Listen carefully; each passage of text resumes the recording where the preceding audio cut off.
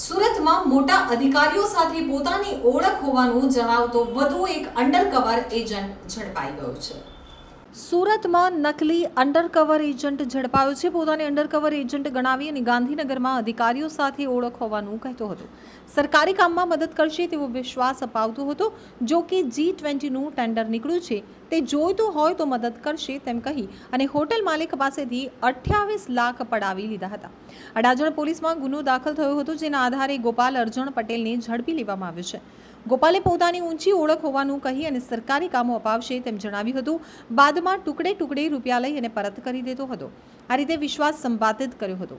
તો G20ના ટેન્ડર માટે હોટેલના માલિક પાસેથી રૂપિયા 28 લાખ લીધા હતા. બાદમાં રૂપિયા ચાઉ કરી ગયો હતો.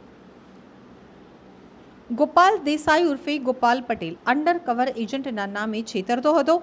ઠગબાજ ગોપાલ જૂનાગઢથી પકડાયો છે. ગોપાલ પટેલ 8 માસથી ગોવા, કાશ્મીર, બેંગ્લોર નાસ્તો ફરતો હતો. તેને મોટા લોકો અને અધિકારીઓ સાથે ફોટા પડાવવાનો શોખ હતો.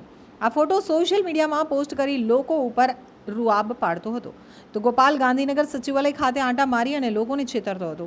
ગોપાલે અનેકને પોલીસના એજન્ટ હોવાના નામે પણ છેતર્યા હતા, જેથી આગામી દિવસોમાં વધુ ગુના નોંધાય તેવી શક્યતા છે. સાહેબ, અંડરકવર એજન્ટ પકડાયો છે ગોપાલ કરીને, કોણ છે એનો એમઓ શું હતો?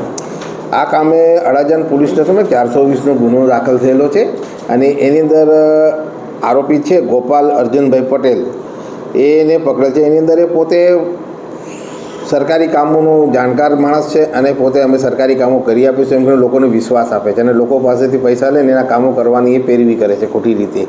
આ કામના ફરિયાદી ખરા એમના પાસેથી પહેલાં 5 લાખ રૂપિયા લીધા અને એના 6 લાખ રૂપિયા પરત કર્યા. પછી ફરીથી બીજા 5 લાખ રૂપિયા પાછા 6 લાખ રૂપિયા એને પરત કર્યા. એટલે સામેવાળા જે ફરિયાદી છે એને વિશ્વાસ થઈ ગયો કે આ સરકારી કામોમાં જાણકાર છે. પછી એને બીજા ટુકડે 28 લાખ રૂપિયા જેવા લીધા અને પછી એને પૈસા આપ્યા નહીં. પછી એના વિરુદ્ધમાં આ કામના ફરિયાદીએ પોલીસ સ્ટેશનમાં ફરિયાદ આપેલ છે અને આધારે આ આરોપીને પકડેલ છે અને હાલમાં પોલીસ સ્ટેશનમાં એની પૂછપરછ ચાલુ છે. સાહેબ, એની એક એમો હતી કે ગાંધીનગર સચિવાલયમાં પહોંચી જતો હતો, લોકો સાથે ફોટા પડાવી લેતો હતો. એની એમો એવી જ છે કે સારા અધિકારી હોય ને અત્યારે કોઈ પણ અધિકારી મળ્યો ને હાથ મળે તો કોઈ સામે એનો માણસ હોય એ ફોટો પાડી લે, બરાબર, અને પછી લોકોને બતાવે કે જો મારે આ અધિકારી હાથે ઓળખાણ છે, મારે આ અધિકારી હાથે ઓળખાણ છે. એ પ્રમાણે એની એમો છે.